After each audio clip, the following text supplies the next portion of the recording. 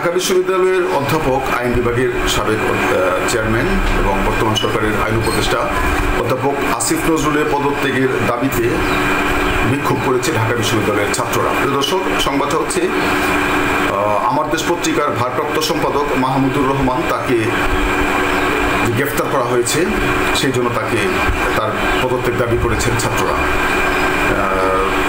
এখানে একটা কথা বলতে হয় যে শফিক রেহমানকে কিন্তু 1 বছরের জামিন দেওয়া হয়েছে, 1 বছরের জন্য তার সাজার রায় স্থগিত করা হয়েছে। তো একই অপরাধে একজনের সাজার রায় স্থগিত করা হয়েছে, আরেকজনকে জেলে পাঠানো হয়েছে। এই বিষয়টা আসলে একটু আমার কাছে মনে হচ্ছে যে এখানে একটু সমন্বয়হীনতার ব্যাপার সম্ভবত লক্ষ্য করা যাচ্ছে। সংবাদটা আমরা একটু পড়ে নিচ্ছি। আপনারা দেখেন, এটা যুগান্তর পত্রিকায় এই নিউজটা করেছে, আপনারা দেখতে পাচ্ছেন।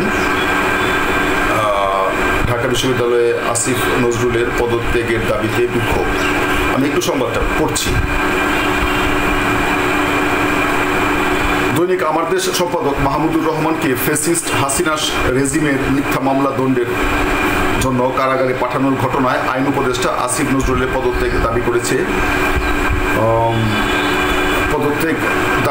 বিপ্লবী ছাত্র পরিষদ নামের একটি সংগঠন। রোববার বিকেলে ঢাকা বিশ্ববিদ্যালয়ের রাজু ভাস্কর্যে অনুষ্ঠিত এক বিক্ষোভ থেকে সংগঠনটির আহ্বায়ক আব্দুল ওয়াহেদ এই দাবি জানান। এ সময় বিপ্লবী ছাত্র পরিষদের সদস্য সচিব মাহিয়ান ফারদিন সিফাত, সাইদ আহমেদ, আব্দুল সালাম প্রমুখ উপস্থিত ছিলেন। বিক্ষোভ থেকে বিপ্লবী ছাত্র পরিষদের 5 দফা দাবি জানানো হয়েছে। দাবিগুলো হলো: দৈনিক আমার দেশ সম্পাদক মাহমুদুর রহমানকে কারাগারে পাঠানোর দায়ে আইন উপদেষ্টা আসিফ নজরুলকে পদত্যাগ করতে হবে, এটা হচ্ছে 1 নম্বর দাবি। 2 নম্বর দাবি হচ্ছে মাহমুদুর রহমান সহ সব মজলুম সাংবাদিক, লেখক, রাজনীতিক, আলেম ও ছাত্রদের মিথ্যা মামলা ও ফরমায়েশি রায় বাতিল করতে হবে। 3 নম্বর হচ্ছে মিথ্যা মামলায় বাদী, সাক্ষী, তদন্ত কর্মকর্তা ও বিচারকদের গ্রেফতার করতে হবে। 4 নম্বর দৈনিক আমার দেশ ও দিগন্ত টিভিকে জোর করে বন্ধ রাখার ক্ষতিপূরণ ও পুনরায় চালু করার খরচ রাষ্ট্রকে দিতে হবে। এবং 5 নম্বর ফেসিবাদী শাসনামলে নির্যাতিত সাংবাদিকদের ক্ষতিপূরণ প্রদান ও রাষ্ট্রীয় সংবাদ মাধ্যমে পুনর্বাসন করতে হবে। এই 5টা দাবিতে তারা বিক্ষোভ করেছে।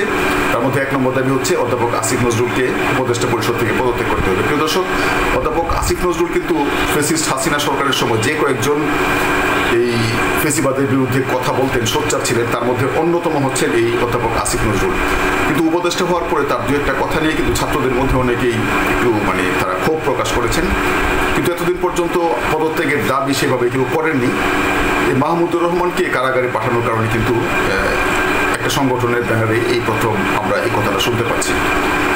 তো আসিফ নজরুল সাহেব তিনি আগেও বলেছেন যে পরবর্তী সময় যদি আওয়ামী লীগের উপর নিপীড়ন করা হয়, সেক্ষেত্রে তখন অবশ্য আমি আওয়ামী লীগের নিপীড়নের বিরুদ্ধে বলবো, যখন আওয়ামী লীগ নিপীড়ন করছিল ফেসিবাদী সরকারের সময়। তো এটা হতে পারে যে উনি সবসময় চেষ্টা করেন যে কোনো দলের প্রতি না বলে যেটা বলা উচিত সেটা বলা। তবে কিছু ব্যাপার কিন্তু অনেকের মধ্যে একটু প্রশ্নের জন্ম দিয়েছে। তার মধ্যে একটা হচ্ছে যে আওয়ামী লীগকে নিষিদ্ধ করার ব্যাপারে তিনি কিছুদিন আগে যে মন্তব্য করেছেন, সেটা নিয়ে কিন্তু অনেকে মনক্ষুণ্ণ হয়েছেন। অধ্যাপক আসিফ নজরুল বিধায় কেউ হয়তো সেইভাবে এটা সমালোচনা না করলেও ভিতরে একটা ক্ষোভ কিন্তু সবারই ছিল। একটা জিনিস বুঝতে হবে যে মানুষের যে ক্ষোভটা এই ফেসিবাদী আওয়ামী লীগের প্রতি, সেটা কিন্তু ভুলে গেলে চলবে না। এই বিগত 15.5 বছর যে পরিমাণ নিপীড়ন করেছে, এটা কিন্তু ভুলে যাওয়ার সুযোগ নেই। এবং আওয়ামী লীগের রাজনীতিতে পুনর্বাসনের কোনো সুযোগ আছে এটা আমি মনে করি না। অন্ততপক্ষে শেখ হাসিনাকে বা ফ্যাসিস্ট সরকারের যারা একদম প্রথম সারির ছিল, তাদেরকে অবশ্যই আইনের মাধ্যমে তাদেরকে আইনের মুখোমুখি করতে হবে এবং তাদের বিচার নিশ্চিত করতে হবে। তো এখন এই ধরনের কোনো বক্তব্য যদি বিষয়টা এরকম হয় যে ভুল বোঝাবুঝির সৃষ্টি হয়, সেক্ষেত্রে মনে একটু সতর্কতার সঙ্গে ব্যাপারটা হ্যান্ডেল করা উচিত। অধ্যাপক আসিফ নজরুলের মাহমুদুর রহমানকে কারাগারে যেটা পাঠানো হয়েছে, এটা আমার মনে হয় যেহেতু তার বিরুদ্ধে সাজা হয়েছে, ফরমায়েশি রায় যাই হোক, তিনি আবার আইন অনুযায়ী তিনি কারাগারে যাবেন, তাকে কিন্তু ডিভিশন দেওয়া হয়েছে, তিনি আবার জামিন উচ্চ আদালত থেকে নিয়ে বের হয়ে আসবেন। কিন্তু এখানে প্রশ্নটা হচ্ছে শফিক রেহমানকে 1 বছরের জন্য তার সাজা স্থগিত করা হয়েছে। তো সেই ক্ষেত্রে দুজনের বেলায় 2 রকম, এই বিষয়টা একটু খটকা লাগছে আর কি, দুজনের জন্য 2 রকম কেন হবে।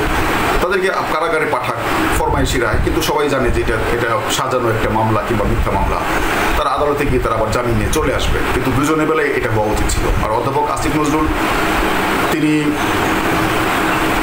যেভাবে আওয়ামী রেজিমের সময় এই ফেসিবাদের বিরুদ্ধে তিনি সোচ্চার ছিলেন, অনেক ঝুঁকি নিয়ে তিনি কথা বলেছেন, সাম্প্রতিক সময়ে তার কিছু কথার কারণে কিন্তু অনেকের মধ্যে ক্ষোভ দেখা যাচ্ছে। অধ্যাপক আসিফ নজরুলের মতো এরকম একজন বিজ্ঞ লোক, তিনি অবশ্যই এই বিষয়টা অনুধাবন করতে পারার কথা। এবং সবারই কথা হচ্ছে বলছে এখন যে আওয়ামী লীগকে তো পুনর্বাসন করার কোনো সুযোগ থাকার কথা না, তাদেরকে শীর্ষ নেতৃত্ব সবাইকে বিচারের মুখোমুখি করতে হবে, গণহত্যার দায়ে এবং ফেসিবাদ, ভোটাধিকার হরণ এগুলোর জন্য মুখোমুখি করতে হবে। বরং এখন আলোচনা হতে পারে সংগঠন হিসেবে আওয়ামী লীগের কী হবে সেটা নিয়ে আলোচনা হতে পারে। তো প্রিয় দর্শক, আপনাদের কোনো মতামত থাকলে আপনারা জানাতে পারেন।